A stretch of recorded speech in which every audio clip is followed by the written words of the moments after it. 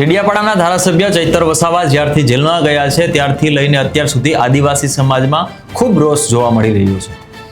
જ્યારે આ એક આંદોલન સ્વરૂપે એક સભાનું આયોજન કરવામાં આવ્યું ડેડિયાપાડામાં, ત્યારે પણ આદિવાસી સમાજના લોકો સહિતના અન્ય સમાજના લોકો પણ હજારોની સંખ્યામાં ઉમટી પડ્યા હતા। હવે ત્યારે પણ એવું વિચાર આવતો હતો લોકોને કે શું ખરેખર ચૈતર વસાવાનું ધારાસભ્ય પદ રદ થશે?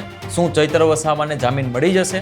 આ સાથે એવું પણ કહેવામાં આવી રહ્યું હતું કે 17 થી 18 દિવસનું જે બાળકને જેલમાં પૂરવામાં આવ્યું છે તેને લઈને સ્થિતિ કેવી છે, એ તમામ મુદ્દાઓને લઈને ચર્ચાઓ ચાલી રહી હતી। એટલામાં કોર્ટનો એવો નિર્ણય આવ્યો કે જે 17 દિવસના જે બાળક છે એમની માતાને જામીન મળી ગયા છે, એટલે બાળક પણ હવે બારે આવવાનું છે। હવે પ્રશ્ન એ થઈ રહ્યો છે કે ચૈતર વસાવા ક્યારે બહાર આવવાના છે, તેને લઈને સૂત્રો પાસેથી એક માહિતી સામે આવી છે। શું છે માહિતી, એની વિગતે ચર્ચા કરીશું। નમસ્કાર, હું સમ્રાટ અને તમે જોઈ રહ્યા છો ચક્રવાત।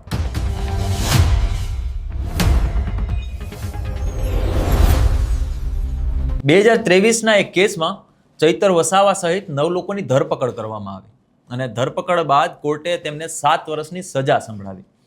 પરંતુ પ્રશ્ન ત્યારે ઊભો થઈ રહ્યો હતો કે આ 9 લોકોમાંથી એક એવી મહિલા હતી શકુંતા કે જેમને 15 દિવસનું બાળક હતું અને એમને પણ જેલમાં પૂરવામાં આવ્યું। ત્યારે ઘણો બધો વિરોધ થયો અને આખરે કોર્ટે તેમને જામીન આપ્યા। હવે પ્રશ્ન એ થઈ રહ્યો છે કે ચૈતર વસાવા સહિતના જે 8 લોકો છે એમને ક્યારે જામીન મળશે?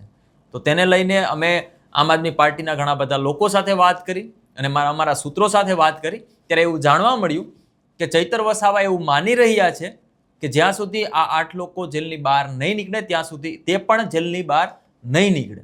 એટલા માટે પહેલા આ 7 લોકો છે એમની જામીન પ્રક્રિયા શરૂ કરવામાં આવશે, એમને જામીન મળી જાય પછી જ ચૈતર વસાવાના જામીન માટે અરજી મૂકવામાં આવશે।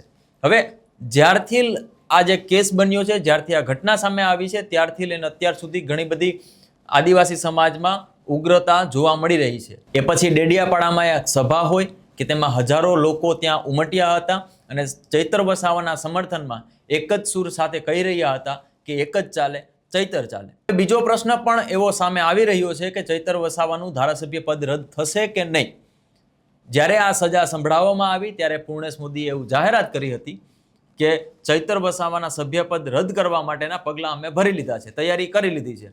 પરંતુ અત્યાર સુધી શા માટે ચૈતર વસાવાને ધારાસભ્ય પદ પરથી હટાવવામાં નથી આવ્યા? કારણ કે કાયદો એવું કહે છે કે 2 વર્ષથી વધુની સજા જો મળે કોઈને, જેલની સજા, તો તેમનું સભ્યપદ રદ થઈ શકે। પરંતુ ચૈતર વસાવાને 7 વર્ષની સજા મળી છે છતાં પણ તેનું સભ્યપદ રદ થયું નથી।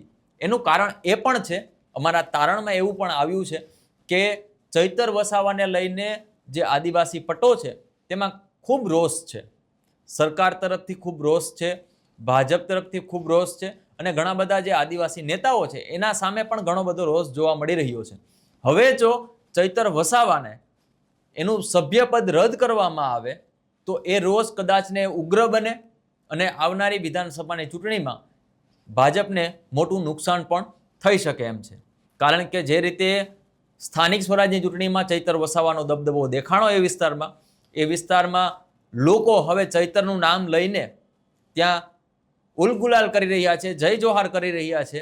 તેને લઈને હવે ભાજપને ડર છે કે કદાચને હવે જો ચૈતર વસાવાનું ધારાસભ્ય પદ રદ થાય તો તેમને મોટો ફટકો આવનારી વિધાનસભામાં પડી શકે છે, એવું પણ તારણ સામે આવ્યું છે। એટલા માટે ભાજપ સરકાર હોય તેઓ ચૈતર વસાવાનું ધારાસભ્ય પદ રદ નથી કરી રહી અથવા તો ક્યાંક અટકાયેલી પડી છે, એનું કારણ આ પણ ક્યાંક હોઈ શકે છે। હવે વાત કરીએ ચૈતર વસાવાના જામીનની, તો જામીનમાં પણ આ જ વસ્તુ ચાલી રહી છે। ચૈતર વસાવા એવું માની રહ્યા છે કે જ્યાં સુધી અમારી સાથેના લોકો, મારા પત્ની ને એની સાથે અન્ય જે ખેડૂતો છે એ જ્યાં સુધી બહાર નહીં આવે ત્યાં સુધી હું જામીન અરજી નહીં સાઇન કરું। એટલા માટે આ લોકોની હવે પ્રક્રિયા શરૂ કરી દેવામાં આવી છે। પહેલા આ લોકો જામીનમાં કદાચ બહાર આવી શકે કોર્ટના નિર્ણયથી અને પછી જ ચૈતર વસાવાને જામીન અરજી માટે બોલાવવામાં આવશે। આ બાબતે તમારું શું માનવું છે કે ચૈતર વસાવાને 7 લોકોને બહાર કાઢીને જ પછી જામીન અરજી કરવી જોઈએ કે પછી ચૈતર વસાવાએ પણ સાથે જ આવવું જોઈએ?